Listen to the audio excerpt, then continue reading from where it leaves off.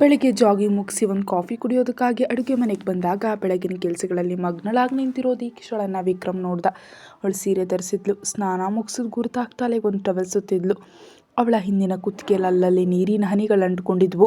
ಸೀರೆ ಸೆರಗನ್ ಸೊಂಟಕ್ಕೆ ಸುತ್ತಿ ಸಿಕ್ಕಿಸ್ಕೋರೋದ್ರಿಂದ ಅವಳು ಬೆಳ್ಳಗಿನ ಹೊಟ್ಟೆ ಭಾಗ ಕಾಣಿಸ್ತಿತ್ತು. ಒಂದು ಕ್ಷಣ ಅವನ ಕಣ್ಣುಗಳು ಅಲ್ಲೇ ನೆಟ್ಟವು. ಅವಳ ಹೊಟ್ಟೆ ಭಾಗ ಉಸಿರಾಟದ ಜೊತೆ ಏರಿಳಿತಿತ್ತು. ವಿಕ್ರಮ್ ದೀಕ್ಷಾಳ ಹತ್ರ ನಡೆದ. ಅವಳ ಹಿಂದೆ ಹೋಗಿ ನಿಂತು ಅವಳ ಕುತ್ತಿಗೆ ಹಿಂಭಾಗಕ್ಕೆ ಮೆಲ್ಲನೆ ಗಾಳಿ ಊದಿದ. ಆ ಬಿಸಿ ಉಸಿರು ಮೈಗೆ ತಗಲಿದ ತಕ್ಷಣ ದೀಕ್ಷಾ ಬೆಚ್ಚು ಬಿದ್ದು ತಟ್ಟನೆ ತಿರುಗಿದ್ಲು. ತುಟಿಯಲ್ಲಿ ತುಂಟನಗು ಹೊತ್ತು ನಿಂತಿರೋ ಅವನನ್ನು ಕಂಡು ಅವಳ ಕಣ್ಣು ಕಿರಿದಾಗಿಸಿ ನೋಡಿದ್ಲು. ಶುಭೋದಯ ಹೆಂಡತಿ. ಬೆಳಗ್ಗೆ ಬೆಳಗ್ಗೆ ಈ ಮುಖವನ್ನು ಹೀಗೆ ಕಡ್ಜ ಕಟ್ಟಿದ ಹಾಗೆ ಉಬ್ಬಿಸ್ಕೊಂಡಿರೋದಕ್ಕೆ ನಾನು ಅಂಥದ್ದೇನು ಮಾಡಿಲ್ವಲ್ಲ ಹೆಂಡತಿ. ಮಿಸ್ಟರ್ ವಿಕ್ರಮ್, ನಾನು ನಿಮ್ಮ ಹೆಂಡತಿಯಲ್ಲ. ನಮ್ಮ ನಡುವೆ ಕಾನೂನುಬದ್ಧವಾಗಿ ಯಾವುದೇ ಸಂಬಂಧ ಇಲ್ಲ. ಆದ್ದರಿಂದ ನನ್ನ ಹೀಗೆ ಪದೇ ಪದೇ ಹೆಂಡತಿ ಹೆಂಡತಿ ಅಂತ ಕರಿಬೇಡಿ, ಕೇಳ್ತಲ್ಲ. ವಿಕ್ರಮ್ ಅವಳಿಗೆ ಇನ್ನಷ್ಟು ಹತ್ತಿರವಾಗಿ ನಿಂತ. ದೀಕ್ಷಾ ಸ್ವಲ್ಪ ನಡಗದ್ಲು. ನೀನು ನನಗೆ ಸೇರಿದವಳು ಅಂತ ಹೇಳೋದಕ್ಕೆ ನನಗೆ ಯಾವುದೇ ಕಾನೂನಿನ ಹಂಗು ಬೇಕಿಲ್ಲ ದೀಕ್ಷಾ. ಆದರೂ ನೀನು ಕೇಳಿದ ಮೇಲೆ ಒಂದು ವಿಷಯ ಹೇಳಲೇಬೇಕು. ಇಂದಿಗೂ ದೀಕ್ಷಾ ವಿಕ್ರಮ್ನ ಕಾನೂನುಬದ್ಧ ಹೆಂಡತಿಯೇ. ಅಂದು ನಿನ್ನ ತಂದೆ ವಿಶ್ವನಾಥ್ ನಿನ್ನ ಮೂಲಕ ನನಗೆ ವಿಚ್ಛೇದನ ನೋಟಿಸ್ ಕಳಿಸಿದ್ದು, ಅದಕ್ಕೆ ನಾನು ಸಹಿ ಹಾಕಿದ್ದು ಎಲ್ಲ ನಿಜವೇ. ಆದರೆ ವಿಚ್ಛೇದನ ಮಂಜೂರಾಯಿತು ಅಂತ ಬಂದ ನ್ಯಾಯಾಲಯದ ಆದೇಶ ಮಾತ್ರ ನಕಲಿ. ನನ್ನ ಹೆಂಡತಿಯನ್ನು ನನ್ನಿಂದ ಬೇರ್ಪಡಿಸೋದಕ್ಕೆ ಅವಳ ತಂದೆ ಆಡಿದ ಆಟ ಅದು ಅಂತ ನಾನು ನ್ಯಾಯಾಲಯಕ್ಕೆ ಮನವರಿಕೆ ಮಾಡಿಕೊಟ್ಟಾಗ ನನ್ನ ಗೆಳೆಯನೂ ಆಗಿರೋ ನ್ಯಾಯಾಧೀಶರು ನನಗಾಗಿ ನಿನ್ನ ತಂದೆ ಕಣ್ಣಿಗೆ ಮಣ್ಣೆಚ್ಚಿದ್ರು. ಅಂದರೆ ಆ ಕೋರ್ಟ್ ಆರ್ಡರನ್ನು ನಾನೇ ಸೃಷ್ಟಿಸಿದ್ದು. ಈಗ ಅರ್ಥ ಆಯ್ತೆ ಹೆಂಡತಿ. ಒಂದು ಕಣ್ಣು ಮಿಟುಕಿಸಿ ಹೊರಗೆ ಹೋಗ್ತಿರೋ ವಿಕ್ರಮ್ನನ್ನು ಕಂಡು ದೀಕ್ಷಾ ಕಣ್ಣರಳಿಸಿ ನಿಂತು ಬಿಟ್ಲು. ಸಂತೋಷದಿಂದ ಅವಳ ಕಣ್ಣುಗಳು ತುಂಬಿ ಬಂದವು. ತಾನು ಕೇಳಿದ್ದು ನಿಜವೋ ಅಥವಾ ಹಗಲಿಗನಸು ಅಂತ ಅವಳು ಒಂದು ಕ್ಷಣ ಸಂಶಯದಿಂದ ನಿಂತಳು. ಕೈಗಳು ಅರಿಯದೆ ತಾಳಿ ಮೇಲೆ ಹೋದವು. ವಿಕ್ರಮ್ನ ಹೆಂಡತಿ ಎಂಬ ಸ್ಥಾನ ತನಗೆ ನಷ್ಟ ಆಯಿತು ಅಂತ ಅವಳು ತುಂಬ ನೋವು ಅನುಭವಿಸಿದ್ಲು. ಆದರೆ ಇಂದು ಆ ಸ್ಥಾನ ಹೋಗಿಲ್ಲ ಎಂಬ ಅರಿವಾದಾಗ ಮನಸ್ಸು ಸಂತೋಷದಿಂದ ಕುಣಿತು. ಆದರೆ ಮತ್ತೆ ಕೆಲವು ವಿಷಯಗಳು ನೆನಪಾದಾಗ ಸಿಟ್ಟು ಬಂತು. ಎಲ್ಲವನ್ನ ಮುಚ್ಚಿಟ್ಟು ತನ್ನ ಮೂರ್ಖಳನ್ನಾಗಿ ಮಾಡಲಿಲ್ವೇ? ಹಲವು ಬಾರಿ ನಿನಗೆ ಆ ಮನುಷ್ಯನ ಮೇಲೆ ಯಾವುದೇ ಅಧಿಕಾರ ಇಲ್ಲ ಅಂತ ಸುಳ್ಳು ಹೇಳಿ ತನ್ನ ಮನಸ್ಸಿಗೆ ಅವನೇ ಗಾಯ ಮಾಡಿಲ್ವಾ? ಇದೆಲ್ಲ ಯಾಕಾಗಿತ್ತು? ತನ್ನ ಸಂಕಟ ವಿಕ್ರಮ್ನಿಗೆ ಅಷ್ಟು ಇಷ್ಟವೇ?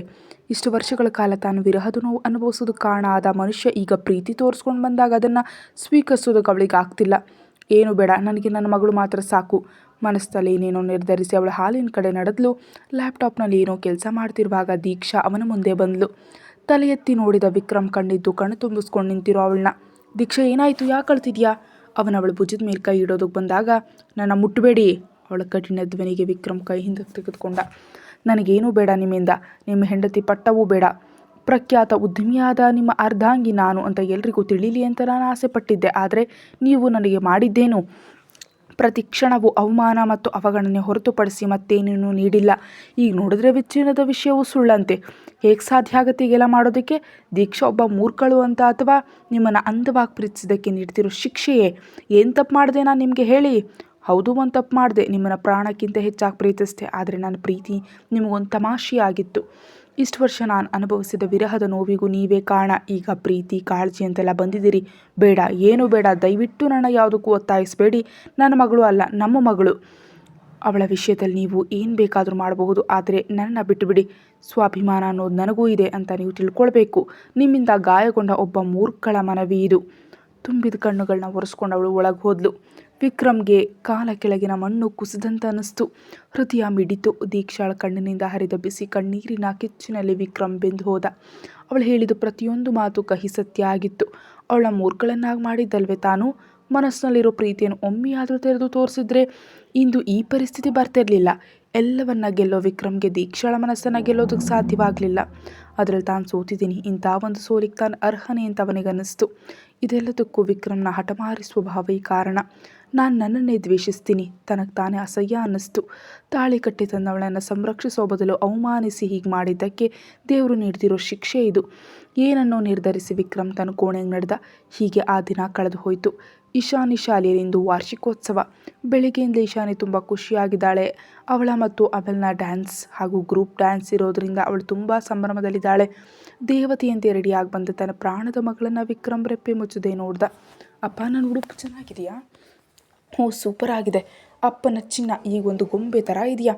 ಥ್ಯಾಂಕ್ಸ್ ಅಪ್ಪ. ನನ್ನ ಶಾಲೆ ಕಾರ್ಯಕ್ರಮ ನೋಡೋದಕ್ಕೆ ಅಪ್ಪ ಬರ್ತಾರಾ? ಬರಲೇಬೇಕು, ಇಲ್ದಿದ್ರೆ ನಾನು ಮಾತಾಡೋದಿಲ್ಲ. ಹ್ಞೂ ಅಪ್ಪ ಬರ್ತಾರೆ ಮಗಳೇ. ನೀನೀಗ ಅಮ್ಮನ ಜೊತೆ ಹೋಗು. ಅಪ್ಪನಿಗೆ ಸ್ವಲ್ಪ ಕೆಲಸ ಇದೆ, ಶಾಲೆಯಲ್ಲಿ ಸಿಗೋಣ. ವಿಕ್ರಮ್ ಮಗಳ ಕೆನ್ನೆಗೆ ಮುತ್ತಿಟ್ಟ. ಅಷ್ಟರಲ್ಲಿ ದೀಕ್ಷಾ ಕೂಡ ರೆಡಿಯಾಗಿ ಹಾಲಿಗೆ ಬಂದಳು. ದೀಕ್ಷಾಳನ್ನು ನೋಡಿದ್ರು ವಿಕ್ರಮ್ ತಕ್ಷಣ ಲ್ಯಾಪ್ಟಾಪ್ ಕಡೆ ಗಮನ ಹರಿಸ್ದ. ಶಾಲೆಯಲ್ಲಿ ಕಾರ್ಯಕ್ರಮ ಶುರು ಆಗೋ ಸಮಯ ಆಯಿತು. ಎಲ್ಲರೂ ಸಭಾಂಗಣದಲ್ಲಿ ಸೇರಿದ್ರು.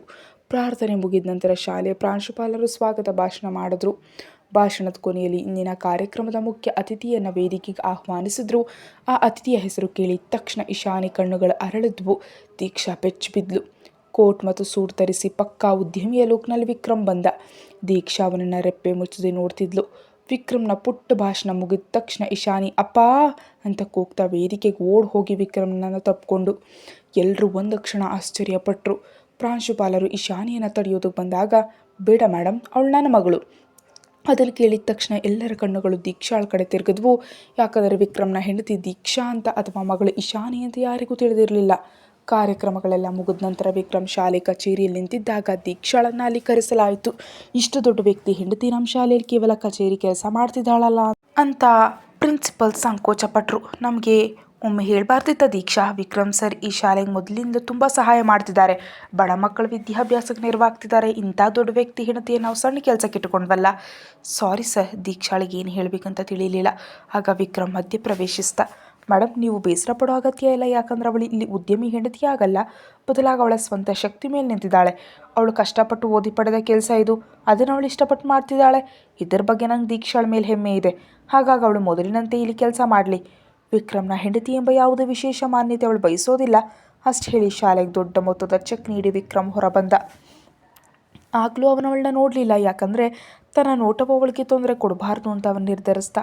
ಹೊರಗೆ ಬಂದಾಗ ಮಗಳು ಅವನಿಗಾಗಿ ಕಾಯ್ತಿದ್ಲು. ಅಪ್ಪ, ಇದು ನಿಜವಾಗಿಯೂ ಸರ್ಪ್ರೈಸ್, ನಂಗೆ ತುಂಬ ಖುಷಿ ಆಯಿತು. ಇಶಾನಿ ತನ್ನ ಗೆಳೆಯರಿಗೆ ವಿಕ್ರಮ್ನನ್ನು ಪರಿಚಯಿಸಿದ್ಲು. ಮಕ್ಕಳ ಜೊತೆ ಸ್ವಲ್ಪ ಸಮಯ ಕಳೆದು ವಿಕ್ರಮ್ ಮರಳದ. ವಿಕ್ರಮ್ ಹೋದ್ಮೇಲೆ ದೀಕ್ಷಾಳಿಗಲ್ಲಿ ದೊಡ್ಡ ಸ್ವಾಗತ ಸಿಕ್ತು. ಬೇಡ ಅಂದರೂ ಎಲ್ಲರೂ ದೀಕ್ಷಾಳನ್ನು ಸುತ್ತುವರೆದ್ರು.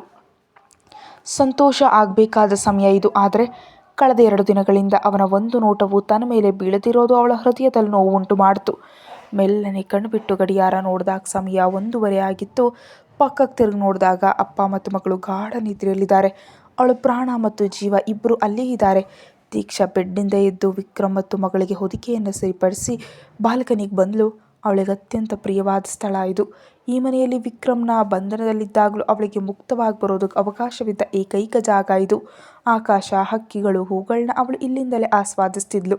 ಹಿಂದೆ ಒಂದು ಹಕ್ಕಿ ಮರಿ ಕಾಲು ಮುರಿದು ಇಲ್ಲಿ ಬಿದ್ದಿದ್ದಾಗ ಅದಕ್ಕೆ ಮದ್ದು ಹಚ್ಚಿ ಗುಣಪಡಿಸಿ ಹಾರಿಸಿಬಿಟ್ಟಿದ್ದನ ಅವಳು ನೆನಪಿಸ್ಕೊಂಡ್ಳು.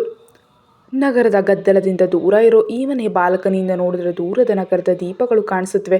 ಸುಂದರವಾದ ತಂಗಾಳಿ ಅವಳನ್ನ ಆವರಿಸ್ತು. ತೋಟದ ಅರಳಿದ ಮಲ್ಲಿಗೆ ಗಂಧ ಗಾಳಿಯಲ್ಲಿ ತೇಲಿ ಬರ್ತಿತ್ತು. ಅವಳ ಸೌಂದರ್ಯದಲ್ಲಿ ಮಿಂದ್ಲು. ಆಗ ಅವಳಿಗೆ 2 ದಿನಗಳ ಹಿಂದೆ ಕ್ವೀನ್ಸ್ಲ್ಯಾಂಡ್ನಲ್ಲಿ ನಡೆದ ವಿಷಯಗಳು ನೆನಪಾದವು. ಈಗ ಹೇಳ್ತಾ ಇರೋದು ಹಿಂದಿನ ಕತೆ, ಅಂದರೆ ಕ್ವೀನ್ಸ್ಲ್ಯಾಂಡ್ನಲ್ಲಿ ನಿಲ್ಲಿಸಿದ ಜಾಗದಿಂದ ಮುಂದುವರಿಯುತ್ತೆ. ಶಾಲೆಯ ಕಾರ್ಯಕ್ರಮವನ್ನು ಮುಗಿಸಿ ಬಂದ ಇಶಾನಿ ತುಂಬ ಖುಷಿಯಲ್ಲಿದ್ಲು. ಅಪ್ಪ ಶಾಲೆಯ ಮುಖ್ಯ ಅತಿಥಿಯಾಗಿ ಬಂದಿದ್ದಕ್ಕೆ ಅವಳಿಗೆ ತುಂಬ ಹೆಮ್ಮೆ. ದೀಕ್ಷಾಳಿಗೂ ಮನಸ್ಸಿನಲ್ಲಿ ತುಂಬ ಸಂತೋಷ ಆಯಿತು. ಆದರೆ ಅವಳದನ್ನು ಹೊರಗೆ ತೋರಿಸಲಿಲ್ಲ. ವಿಕ್ರಮ್ನ ಹೆಂಡತಿ ಎಂಬ ಸ್ಥಾನ ನನಗೆ ಬೇಡ ಅಂತ ಮುಖಕ್ಕೆ ಹೊಡೆದಂತ ಹೇಳಿದ್ದು ಅವಳಿಗೆ ನೆನಪಾಯಿತು. ಹಾಗೆ ಹೇಳಿದ್ರು. ಇಂದು ಎಲ್ಲರೂ ಗೌರವದಿಂದ ನೋಡಿದಾಗ ಅವಳ ಮನಸ್ಸು ಒಳಗೆ ಸಂತೋಷಪಟ್ಟಿದ್ದಂತೂ ಸತ್ಯ. ಆದರೆ ಅವನಿಂದ ಒಂದು ನೋಟವೂ ಸಿಗಲಿಲ್ಲ.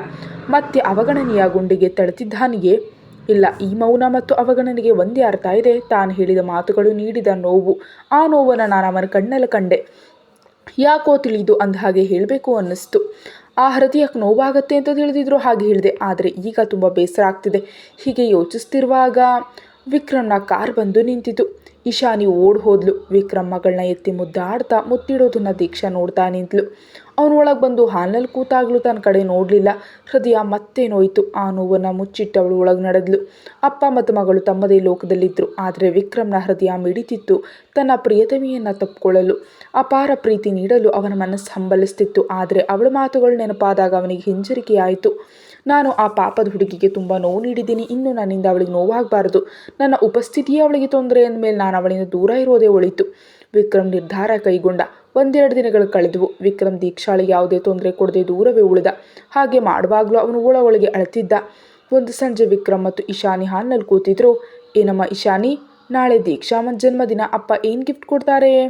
ವಿಕ್ರಮ್ ಆ ಮಾತು ಕೇಳಿಸ್ಕೊಳ್ತಿದ್ದಂತೆ ವಿಷಯ ಬದಲಿಸಿದ್ಲು. ಆದರೆ ಮಗಳ ಪ್ರಶ್ನೆಗೆ ಅವನು ಏನು ಹೇಳ್ತಾನಂತ ದೀಕ್ಷಾ ದೂರದಲ್ಲಿ ನಿಂತು ಕೇಳಿಸ್ಕೊಳ್ತಿದ್ಲು. ಬೇಸರದಿಂದ ಅವಳು ಒಳಗೆ ಹೋಗೋದಕ್ಕೆ ಹೋದಾಗ ವಿಕ್ರಮ್ ಮಗಳಿಗೆ ಏನು ಹೇಳ್ತಿರೋದು ಕೇಳಿಸ್ತು. ಅವಳು ಮತ್ತೆ ಕಿವಿಗೊಟ್ಲು.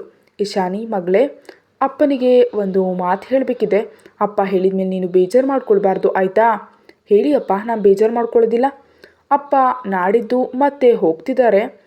ಆ ಮಾತಿಗೆ ದೀಕ್ಷಾ ಸ್ತಬ್ಧಳಾದ್ಲು. ಮತ್ತೆ ಒಂಟಿ ಆಗ್ತಿದ್ದಾಳೆಯೇ? ಕಣ್ಣುಗಳು ತುಂಬಿ ಬಂದವು. ವಿಕ್ರಮ್ ಹೇಳಿದ್ದನ್ನು ಕೇಳಿ ಇಶಾನಿ ಕಣ್ಣುಗಳು ತುಂಬಿದ್ವು. ಅಪ್ಪ ಹೋಗಬೇಡಿ, ನಂಗೆ ಬೇಜಾರಾಗುತ್ತೆ, ನನ್ನ ಬಿಟ್ಟು ಹೋಗೋದಿಲ್ಲ ಅಂತ ಅಪ್ಪ ಹೇಳಿದ್ರಲ್ಲ. ಅವಳು ಬಿಕ್ಕಿ ಬಿಕ್ಕಿ ಅಳೋದಕ್ಕೆ ಶುರು ಮಾಡಿದ್ಲು. ಮಗಳ ಕಣ್ಣೀರು ವಿಕ್ರಮ್ನನ್ನ ಸುಟ್ಟಂತಾಯಿತು. ಇಶಾನಿ, ಅಳಬೇಡ ಮಗಳೇ, ನೀನು ಹತ್ರ ಅಪ್ಪನಿಗೆ ಸಹಿಸೋದಕ್ಕಾಗೋದಿಲ್ಲ. ಅಪ್ಪನಿಗೆ ಈಗ ಹೋಗಲೇಬೇಕಷ್ಟೆ. ನನ್ನ ಮಗಳನ್ನ ನೋಡ್ಬೇಕನ್ನಿಸ್ತಾದಾಗಲೆಲ್ಲ ಬರ್ತೀನಿ, ಪ್ಲೀಸ್ ಅಳಬೇಡ. ಬೇಡ ಅಪ್ಪ, ಹೋಗ್ಬಿಡಿ, ನನಗೆ ಯಾವಾಗಲೂ ಅಪ್ಪ ಜೊತೆ ಬೇಕು. ನನ್ನ ಬಿಟ್ಟು ಹೋದರೆ ನಾನು ಯಾವತ್ತೂ ಅಪ್ಪನ ಜೊತೆ ಮಾತಾಡೋದಿಲ್ಲ. ಅವಳು ಅಳುತ್ತಾ ಒಳಗೆ ಓಡಿ ಹೋದ್ಲು. ವಿಕ್ರಮ್ನ ಹೃದಯ ಒಡೆದವನಂತೆ ಕೂತ. ಒಂದು ಕಡೆ ಮಗಳು, ಇನ್ನೊಂದು ಕಡೆ ತನ್ನನ್ನು ಇಷ್ಟಪಡದ ದೀಕ್ಷಾ. ಏನು ಮಾಡಬೇಕಂತ ಅವನಿಗೆ ತಿಳಿಲಿಲ್ಲ. ಮಗಳ ಮನಸ್ಸನ್ನು ನೋಯಿಸೋದಕ್ಕೆ ಅವನಿಗೆ ಆಗ್ತಿಲ್ಲ, ಹಾಗೆ ದೀಕ್ಷಾಳನ್ನು ಇನ್ನೂ ನೋಯಿಸೋದಕ್ಕೂ ಸಾಧ್ಯವಿಲ್ಲ. ಅಮ್ಮನಂತೆ ಮಗಳು ಅವಳ ಅಪ್ಪನನ್ನು ದ್ವೇಷಿಸಲಿ, ಅವಳ ಮನಸ್ಸಿನಲ್ಲೂ ಈ ಅಪ್ಪ ರಾಕ್ಷಸನಾಗಿಯೇ ಇರಲಿ. ಕಣ್ಣೀರೋರಿಸಿ ಅವನು ಕೋಣೆಗೆ ಹೋದ. ದೀಕ್ಷಾ ಕೋಣೆಗೆ ಬಂದಾಗ ಇಶಾನಿ ಅಳುತ್ತಾ ಬಂದವಳನ್ನ ತಪ್ಕೊಂಡ್ಳು. ದೀಕ್ಷಮ್ಮ, ಅಪ್ಪ ಹೋಗ್ತಾರಂತೆ, ನನ್ನ ಬಿಟ್ಟು ಹೋಗಬೇಡಿ ಅಂತ ಅಪ್ಪನಿಗೆ ಹೇಳಿ. ನನಗೆ ಅಪ್ಪ ಮತ್ತಮ್ಮ ಇಬ್ಬರೂ ಬೇಕು. ಮಗಳ ಅಳುವನ್ನು ಕಂಡು ದೀಕ್ಷಾಳ ಉಸಿರು ಬಿಗೀತು. ಹೇಗೆ ಸಮಾಧಾನ ಮಾಡೋದು? ಅವಳ ಗಂಟಲಲ್ಲಿ ನೋವಿನ ಬೆಕ್ಕಳಿಕೆ ತಡೆಯಲಾರದಾಯಿತು. ಅಳುತ್ತಲೇ ಇಶಾನಿ ನಿದ್ರಿಸಿ ಹೋದ್ಲು. ಬಾಡಿದ ಹೂವಿನಂತೆ ಮಲಗಿರೋ ಮಗಳನ್ನು ಕಂಡು ದೀಕ್ಷಾಳಿಗೆ ವಿಕ್ರಮ್ನ ಮೇಲೆ ಸಿಟ್ಟು ಮತ್ತು ಬೇಸರ ಒಟ್ಟಿಗೆ ಬಂತು. ಮನಸ್ಸಲ್ಲಿ ಒಂದು ನಿರ್ಧಾರ ಮಾಡಿ ಅವಳು ವಿಕ್ರಮ್ನ ಕೋಣೆಯತ್ತ ನಡೆದ್ಲು. ಬಾಗಿಲಿನ ಹತ್ರ ನಿಂತು ಒಂದು ಕ್ಷಣ ಯೋಚಿಸಿ ಮೆಲ್ಲನೆ ಬಾಗಿಲು ತಟ್ಟಿದ್ಲು. ಬಾಗಿಲು ಲಾಕ್ ಆಗಿರಲಿಲ್ಲ, ತಾನಾಗೆ ತೆರೀತು. ಅವಳು ಒಳಗೆ ಹೋದ್ಲು. ವಿಕ್ರಮ್ ಅಲ್ಲಿರಲಿಲ್ಲ. ಬಾಲ್ಕನಿ ಬಾಗಿಲು ತೆರೆದಿತ್ತು. ಅವಳತ್ತ ನಡೆದ್ಲು. ವಿಕ್ರಮ್ ಬಾಲ್ಕನಿಯಲ್ಲಿ ಕೂತು ದೂರದ ಸಮುದ್ರವನ್ನು ನೋಡ್ತಿದ್ದ. ಅವನ ಕೈಯಲ್ಲಿ ಉರಿತೇರೋ ಸಿಗರೆಟ್ ಇತ್ತು. ದೀಕ್ಷಾ ಅವನ ಹತ್ರ ಬಂದು ನಿಂತಳು, ಆದರೆ ಅವನವಳು ಬಂದದ್ದನ್ನು ಗಮನಿಸಲಿಲ್ಲ. ವಿಕ್ರಮ್ನ ಮನಸ್ಸು ಎಷ್ಟೊಂದು ಸಂಕಟದಲ್ಲಿದೆ ಎಂಬುದು ಅವನು ಕುಳಿತಿರೋ ರೀತಿಯೇ ತಿಳಿದಿತ್ತು. ಮನಸ್ಸು ತುಂಬ ಅಸ್ವಸ್ಥವಾದಾಗ ಮಾತ್ರ ವಿಕ್ರಮ್ ಸಿಗರೇಟ್ ಬಳಸ್ತಾನಂತ ದೀಕ್ಷಾಳಿಗೆ ಚೆನ್ನಾಗಿ ತಿಳಿದಿತ್ತು. ಅವನ ಕೈಯಿಂದ ಆ ಸಿಗರೇಟ್ ಕಿತ್ತು ನೆಲಕ್ಕೆ ಹಾಕಿದ್ಲು. ಕಿತ್ಕೊಳ್ಳುವಾಗ ಸಿಗರೇಟ್ನ ಬೆಂಕಿ ಅವನ ಕೈಗೆ ತಗಲಿ ಚರ್ಮ ಸುಡ್ತು. ವಿಕ್ರಮ್ ಬೆಚ್ಚಿಬಿದ್ದು ಎದ್ದ. ಅದೇ ಕ್ಷಣದಲ್ಲಿ ದೀಕ್ಷಾ ಅವನ ಕೆನ್ನೆಗೆ ಜೋರಾಗಿ ಒಂದು ಏಟು ಕೊಟ್ಲು. ವಿಕ್ರಮ್ಗೆ ಏನಾಗ್ತಿದೆ ಅಂತ ತಿಳಿಯಲು ಸ್ವಲ್ಪ ಸಮಯ ಬೇಕಾಯಿತು. ಬೆಂಕಿಯಂತೆ ಉರಿತಿರೋ ಅವಳನ್ನ ಕಂಡು ವಿಕ್ರಮ್ ಸುಮ್ಮನೆ ನಿಂತ. ನಂತರ ದೀಕ್ಷಾ ಅಂತ ಅವನ ಮೇಲನ್ನು ಕರೆದ. ಅವನ ಮತ್ತೊಂದು ಕೆನ್ನೆಗೆ ಹೊಡೆದ್ಲು. ಅವನ ಅಂಗಿ ಕಾಲರ್ ಹಿಡಿದು ಅಲುಗಾಡಿಸಿದ್ಲು. ಯಾಕೆ ನನ್ನ ಮಗಳಿಗೆ ಆಸೆ ತೋರಿಸಿ ಗೋಳು ಹೋಗೋದಕ್ಕೆ ನೋಡ್ತಿದ್ಯಾ? ಹೇಳು, ಅವಳು ಕಿರ್ಚ್ತಿದ್ಲು. ಯಾಕೆ ನಮ್ಮ ಜೀವನಕ್ಕೆ ಬಂದೆ? ನಾವು ಸಂತೋಷವಾಗಿದ್ವಿ ಅಲ್ವೇ? ಅಪ್ಪನ ಕೊರತೆ ತಿಳಿಯದಂತೆ ನಾನು ಅವಳನ್ನ ಬೆಳೆಸಿದ್ದೆ, ಆದರೆ ನೀವು ಬಂದ ಮೇಲೆ ಅವಳಿಗೆ ಸ್ವರ್ಗ ಸಿಕ್ಕಂತಾಯಿತು. ಅವಳ ಮನಸ್ಸನ್ನು ಗೆದ್ದ ಮೇಲೆ ಈಗ ಬಿಟ್ಟು ಹೋಗೋದಿಲ್ಲ ಅಂತ ಯಾಕೆ ಸುಳ್ಳು ಹೇಳಿದ್ರಿ? ನಾನು ಯಾವತ್ತೂ ನನ್ನ ಮಗಳ ಮನಸ್ಸನ್ನು ನೋಯಿಸಿಲ್ಲ. ನೀವು ಮನೆಯಲ್ಲಿ ಇರೋದಕ್ಕೆ ಬಂದಾಗಲೂ ನಾನು ಗಲಾಟೆ ಮಾಡಿದ್ದದ್ದು ಯಾಕೆ ಗೊತ್ತಾ? ನನ್ನ ಮಗಳ ಸಂತೋಷಕ್ಕಾಗಿ. ಈಗ ನೀವು ಅವಳ ಮನಸ್ಸನ್ನು ನೋಯಿಸಿದಿರಿ. ಬಾಡಿದ ಹೂವಿನಂತೆ ಅಳ್ತಾ ಮಲಗಿರೋ ಮಗಳನ್ನ ನೋಡೋದಕ್ಕೆ ನನಗಾಗ್ತಿಲ್ಲ. ಯಾಕೆ ಹೀಗೆ ಮಾಡ್ತಿದ್ದೀರಿ? ನಾವೇನು ದ್ರೋಹ ಮಾಡಿದ್ದೀವಿ ನಿಮಗೆ? ಬಿಕ್ಕಿ ಬಿಕ್ಕಿ ಅಳ್ತಾ ಅವಳ ನೆಲದ ಮೇಲೆ ಕೂತು ಬಿಟ್ಲು. ಅಳ್ತಿದ್ದ ಅವಳ ಮುಂದೆ ವಿಕ್ರಮ್ ಮಂಡಿಯೂರಿ ಕೂತ. ಅವನ ಕಣ್ಣುಗಳಿಂದ ಕಣ್ಣೀರು ಹರಿದು ದೀಕ್ಷಾಳ ಪಾದಗಳ ಮೇಲೆ ಬಿತ್ತು.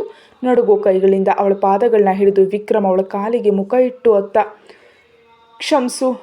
ಕ್ಷಮಿಸ್ಬಿಡು. ತನ್ನ ಕಾಲಿಗೆ ಬಿದ್ದು ಕ್ಷಮೆ ಕೇಳ್ತಿದ್ದವನ್ನ ಅವಳು ತಳ್ಳೋದಕ್ಕೆ ನೋಡಿದ್ಲು. ಸಿಟ್ಟಿದ್ರು ವಿಕ್ರಮ್ ತನ್ನ ಕಾಲು ಹಿಡಿಯೋದನ್ನು ಅವಳಿಗೆ ಕಲ್ಪಿಸ್ಕೊಳ್ಳೋದಕ್ಕೂ ಸಾಧ್ಯ ಇರಲಿಲ್ಲ. ಅವಳ ಮನಸ್ಸು ಕರಗ್ತು. ಬಿಡಿ, ಕಾಲು ಬಿಡಿ, ಏನಿದು ಮಾಡ್ತಿರೋದು? ಅವಳು ಅಳುತ್ತಾ ಕೇಳಿದ್ರು. ವಿಕ್ರಮ್ ಅವಳ ಪಾದಗಳನ್ನ ಬಿಡದೆ ಕ್ಷಮೆ ಕೇಳ್ತಿದ್ದ. ದೀಕ್ಷಾ, ಕ್ಷಮಿಸು. ಅವನ ಮಗುವಿನಂತೆ ಅತ್ತ. ದೀಕ್ಷಾಳ ಹೃದಯ ಮಿಡಿತು. ವಿಕ್ರಮ್ ತನ್ನ ಕಾಲು ಹಿಡಿಯೋದನ್ನು ಕಂಡು ಅವಳಿಗೆ ಸಹಿಸೋದಕ್ಕಾಗಲಿಲ್ಲ. ಅವನನ್ನು ಕರೆದ್ಲು. ವಿಕ್ರಮ್ ಅವರೇ. ಕಲಕಿದ ಕಣ್ಣುಗಳಿಂದ ಅವನ ತಲೆ ಎತ್ತಿ ನೋಡಿದಾಗ ಅವಳು ಬೇಡ ಅಂತ ತಲೆ ಅಲ್ಲಾಡಿಸಿದ್ಲು. ಅವಳು ಹೇಳು ಮುಗಿಸೋ ಮೊದಲೇ ಅವನ ಎದೆ ಮೇಲೆ ಬಿದ್ದು ಹತ್ಲು. ಅವಳನ್ನ ತಬ್ಕೊಂಡ. ಇಬ್ಬರು ಸ್ವಲ್ಪ ಹೊತ್ತು ಹಾಗೇ ಇದ್ದರು. ವಿಕ್ರಮ್ ಅವಳನ್ನ ಬಿಡಿಸಿ ಕಣ್ಣೀರು ಒರೆಸ್ದ.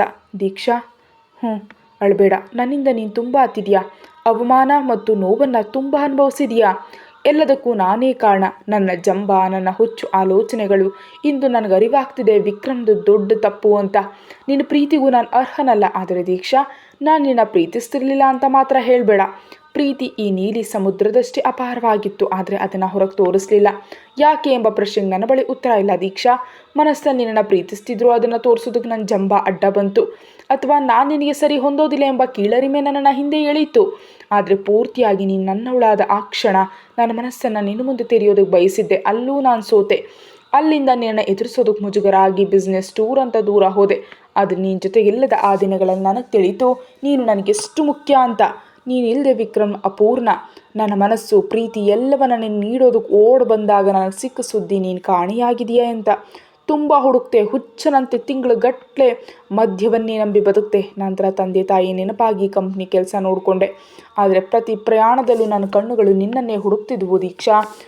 ಅಷ್ಟು ಆಳವಾಗಿ ನೀನು ನನ್ನ ಹೃದಯದಲ್ಲಿ ಬೇರೂರಿದ್ದೆ. ನಾನು ದುರದೃಷ್ಟವಂತ ದೀಕ್ಷಾ. ಇಲ್ಲದೆ ನಿನ್ನ ಹೊಟ್ಟೆಯಲ್ಲಿ ನನ್ನ ಜೀವ ಬೆಳೀತಿರೋದು ನನಗೆ ತಿಳಿದೇ ಹೋಗ್ತಿತ್ತೆ. ಇಷ್ಟು ವರ್ಷ ನನ್ನ ಮಗಳಿಗೆ ಅಪ್ಪನ ಪ್ರೀತಿ ಕೊಡೋದಕ್ಕಾಗದ ದುರದೃಷ್ಟವಂತ ಅಪ್ಪ ನಾನು. ನಿನಗೆ ಗೊತ್ತಾ ದೀಕ್ಷಾ, ನಮ್ಮ ಮಗಳನ್ನು ಮೊದಲ ಬಾರಿ ನೋಡಿದಾಗ ನನಗೆ ನಿನ್ನ ಮುಖವೇ ನೆನಪಾಯಿತು. ನನ್ನ ರಕ್ತ ಅಂತ ತಿಳಿಯದೆ ಆ ಪುಟಾಣಿ ನನ್ನ ಹೃದಯಕ್ಕೆ ಹತ್ತಿರವಾದ್ಲು. ಎಲ್ಲವೂ ದೈವ ಇಚ್ಛೆ. ಆದರೆ ಇಂದು ನಾನು ನನ್ನ ಮಗಳನ್ನು ತುಂಬ ನೋಯಿಸಿದೆ. ನಾನು ಈ ಮನೆಯಲ್ಲಿರೋದು ನಿನಗೆ ತೊಂದರೆ ಅಂತ ಭಾವಿಸಿ ನಾನು ಹೋಗೋದಕ್ಕೆ ನಿರ್ಧರಿಸಿದೆ.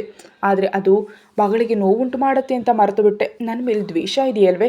ಕಣ್ಣೀರು ಹಾಕ್ತಾ ವಿಕ್ರಮ್ ಕೇಳಿದಾಗ ದೀಕ್ಷಾಳ ಮನಸ್ಸು ಕರಗ್ತು. ದೀಕ್ಷಾ, ಈ ಕ್ಷಣದಿಂದ ನನ್ನ ಪ್ರೀತಿ ಮೂಲಕ ನಾನು ಪ್ರಾಯಶ್ಚಿತ ಮಾಡ್ಕೊಳ್ತೀನಿ. ನಾನು ಕೊನೆ ಉಸಿರಿರೋವರೆಗೆ ನಿನ್ನ ಮತ್ತು ಮಗಳನ್ನು ನಾನು ಎದೆಗೆ ಅಂಟಿಸ್ಕೊಂಡು ಪ್ರೀತಿಸ್ತೀನಿ.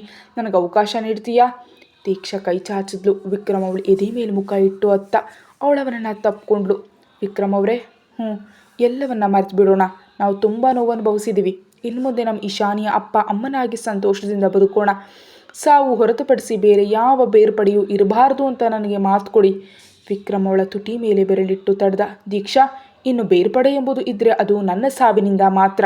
ಇದು ವಿಕ್ರಮ್ನ ತನ್ನ ಪ್ರಾಣವಾದ ನಾನು ನಿನಗೆ ನೀಡ್ತಿರೋ ಮಾತು. ಅವಳವನ ಎದೆ ಮೇಲೆ ಒರಗಿದ್ಲು. ಆ ಮಾತುಗಳು ಅವಳಿಗೆ ಸಾಕಿತ್ತು. ಅವಳ ಕರ್ಕೊಂಡು ಕೋಣೆಗೆ ಬಂದಾಗ ತನ್ನ ಪ್ರೀತಿ ತನಗೆ ಮರಳಿ ಸಿಕ್ಕಿದ್ದಕ್ಕೆ ವಿಕ್ರಮ್ ದೇವರಿಗೆ ಧನ್ಯವಾದ ಅರ್ಪಿಸ್ದ. ಕೋಣೆಗೆ ಬಂದ ತಕ್ಷಣ ಅವನ ಕಣ್ಣುಗಳು ಮಲಗಿದ್ದ ಮಗಳ ಮೇಲೆ ಬಿದ್ದವು. ಅಳ್ತಾ ಅಳ್ತಾ ಅವಳ ಕಣ್ಣುಗಳು ಉಬ್ಬಿದ್ವು. ಅವಳ ಮಗಳ ಒಂದು ಬದಿಯಲ್ಲಿ ಮಲಗಿ ಅವಳ ಕೆನ್ನೆಯನ್ನು ಸವರ್ದ. ಮಗಳ ಮೆಲ್ಲನೆ ವಿಕ್ರಮ್ನ ಎದೆ ಒರಗಿದ್ಲು. ವಿಕ್ರಮ್ ಅವಳನ್ನ ತಪ್ಪಿಕೊಂಡ. ಇನ್ನೊಂದು ಬದಿಯಲ್ಲಿ ದೀಕ್ಷಾ ಬಂದು ಮಲಗಿದ್ಲು. ವಿಕ್ರಮ್ ದೀಕ್ಷಾಳ ಕೈ ಮೇಲೆ ತನ್ನ ಕೈ ಇಟ್ಟು ಕಣ್ಣು ಮುಚ್ಚಿದ. ಬಹಳ ವರ್ಷಗಳ ನಂತರ ಇಬ್ಬರಿಗೂ ಸಮಾಧಾನದ ನಿದ್ರೆ ಬಂತು. ಬೆಳಿಗ್ಗೆ ಕಣ್ಬಿಟ್ಟ ಇಶಾನಿ ತನ್ನನ್ನು ತಪ್ಪಿಕೊಂಡಿರೋ ಎರಡು ಕೈಗಳನ್ನ ನೋಡಿದ್ಲು. ಒಂದು ಕಡೆ ದೀಕ್ಷಾ ಅಮ್ಮ, ಇನ್ನೊಂದು ಕಡೆ ಅಪ್ಪ. ಅವಳ ಕಣ್ಣುಗಳು ಅರಳಿದ್ವು. ಆದರೆ ನಿನ್ನೆಯ ವಿಷಯ ನೆನಪಾಗ ಅವಳು ವಿಕ್ರಮ್ ಕೈಯನ್ನು ತಳ್ಳಿಬಿಟ್ಲು. ವಿಕ್ರಮ್ ಮತ್ತು ದೀಕ್ಷಾ ಇಬ್ಬರೂ ಎಚ್ಚರಗೊಂಡ್ರು. ದೀಕ್ಷಮ್ಮ, ಈ ಅಪ್ಪ ಯಾಕೆ ನಮ್ಮ ಜೊತೆ ಮಲಗಿದ್ದಾರೆ? ನನಗೇನು ಗೊತ್ತು, ನೀನೇ ಕೇಳು ಅಂದ್ಲು ದೀಕ್ಷಾ. ಯಾಕೆ ನಮ್ಮ ಬೆಡ್ ಮೇಲೆ ಮಲಗಿದ್ದೀರಿ? ನನ್ನ ಇಶಾನಿಯನ್ನು ತಪ್ಕೊಂಡು ಮಲಗಬೇಕು ಅನ್ನಿಸ್ತು, ಅದಕ್ಕೆ. ಬೇಡ, ನನ್ನ ಮುಟ್ಟಬೇಡಿ, ನಮ್ಮನ್ನು ಬಿಟ್ಟು ಹೋಗ್ತೀನಿ ಎಂದಿದ್ರಲ್ಲ. ಇಶಾನಿ ಅಳೋದಕ್ಕೆ ಶುರು ಮಾಡಿದ್ಲು. ವಿಕ್ರಮ್ ಮಗಳನ್ನ ಎತ್ತಿ ಮಡಲಲ್ಲಿ ಕೂರಿಸ್ಕೊಂಡ. ಅಪ್ಪ ನಿಮ್ಮನ್ನು ಬಿಟ್ಟು ಎಲ್ಲಿಗೂ ಹೋಗೋದಿಲ್ಲ ಕಂದ. ಅಪ್ಪ ಎಲ್ಲಿಗೆ ಹೋದರೂ ನೀವಿಬ್ಬರು ಜೊತೆಯಲ್ಲಿರ್ತೀರಿ. ಇನ್ನು ಮುಂದೆ ಅಪ್ಪ ಅಮ್ಮ ಮಗಳು ಯಾವಾಗಲೂ ಜೊತೆಯಾಗಿರ್ತೀವಿ. ಇಶಾನಿ ಇದನ್ನು ಕೇಳಿ ಸಂತೋಷದಿಂದ ಕುಣಿದ್ಲು. ದೀಕ್ಷಮ್ಮ, ನಾನು ಈಗಲೇ ಖ್ಯಾತಿ ಅಕ್ಕನ ಹತ್ರ ಹೋಗಿ ಈ ವಿಷಯ ಹೇಳಿ ಬರ್ತೀನಿ. ಇಶಾನಿ, ಮೊದಲು ಬ್ರಷ್ ಮಾಡಿ ಫ್ರೆಶ್ ಆಗು, ಬಂದ್ ಮಾಡ್ತೀನಿ ಅಂತ ಹೇಳಿ ಅವಳು ಹೊರಗೆ ಓಡಿದ್ಲು. ದೀಕ್ಷಾ ವಿಕ್ರಮ್ನನ್ನು ನೋಡಿದಾಗ ಅವನ ಕಣ್ಣುಗಳು ಅವಳನ್ನೇ ದಿಟ್ಟಿಸ್ತಿದ್ವು. ಅವಳಿಗೆ ಸ್ವಲ್ಪ ನಡುಕ ಆಯಿತು. ಯಾಕೆ ಹೀಗೆ ನೋಡ್ತಿದ್ದೀರಿ? ಯಾಕೆ ಭಯ ಆಗ್ತಿದ್ಯಾ? ಭಯವಾ? ನನಗ? ಇದೆಲ್ಲ ಹಳೆ ಮಾತು ವಿಕ್ರಮ್. ಹೌದು, ನಿನ್ನೆ ನೀನು ಹೊಡೆದ ಏಟಿನಿಂದ ನನಗೆ ಅರ್ಥ ಆಯಿತು ಅಂತ ವಿಕ್ರಮ್ ಕೆನ್ನೆಯನ್ನು ಸವರ್ದ. ದೀಕ್ಷಾ ತನಗೇನು ತಿಳಿದಂತೆ ಮೇಲೆ ನೋಡಿದ್ಲು. ಆ ಎರಡು ಏಟುಗಳು ನನಗೆ ಅಗತ್ಯ ಆಗಿತ್ತು. ಈಗ ನಾನು ಈ ಪ್ರಪಂಚದಲ್ಲಿ ಅತ್ಯಂತ ಸಂತೋಷದ ಮನುಷ್ಯ.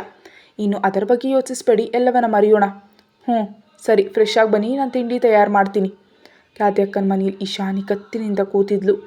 ವಿಕ್ರಮ್ ಮತ್ತು ದೀಕ್ಷಾ ಎದುರು ಕೂತಿದ್ರು. ಖ್ಯಾತಿ ಇಬ್ಬರನ್ನ ನೋಡಿದ್ಲು. ನೋಡಿದ್ರಾ, ನೀವು ಒಂದಾಗೋದು ದೈವ ಇಚ್ಛೆ, ನಂಗೆ ತುಂಬ ಸಂತೋಷ ಆಗ್ತಿದೆ ಅಂತ ಅವರಿಬ್ಬರು ಕೈಗಳನ್ನ ಸೇರಿಸಿದ್ಲು.